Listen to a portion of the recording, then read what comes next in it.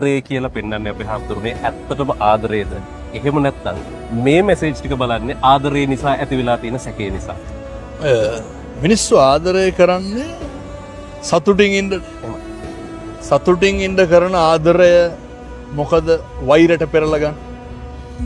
සතුටින් ඉන්න කරන ආදරය මොකටද ක්‍රෝධයට පරිවර්තනය කරගන්න? ජීවිතේ පුරුදු වෙන්න ඕන සතුටින් ඉන්න නම් අපි ගැන සතුටු වෙන්න පුළුවන් වෙන්න ඕනේ. තමන්ට තමන් ගැන තෘප්තිමත් නම් මිනිස්සු සැක කරන්නේ නිරන්තරයෙන් අනේකවනේ. ඒ සැකේ මතින් ඇතිවෙන්නේ ආදරය කියලා අපි ගැන අපේ ලේපිච්චන එක නෙමෙයි. ජීවිතේ පුරුදු වෙන්න සැප සතුට හොයන්න අනුන් මත නෙමෙයි තමන් මත. තමන්ගෙන් කෙරෙන්න තියෙන එක ඉස්සරලා කරන්න පුරුදු වෙන්න. අනේකගෙන් ලැබෙන්න තියෙන දේ කවදාවත් බලාපොරොත්තු වෙන්න එපා. මොකද යා දිසං වපතේ බීජං තා දිසං අර්ථේ බලං. මේ ලෝකෙ බොහෝ දේවල් ලැබෙන්නේ අපි දෙන විදිහට. හොඳ දේවල් දෙන්න හොඳ දේවල් ලැබේ. ආදරය කරන්න ආදරය ලැබේ.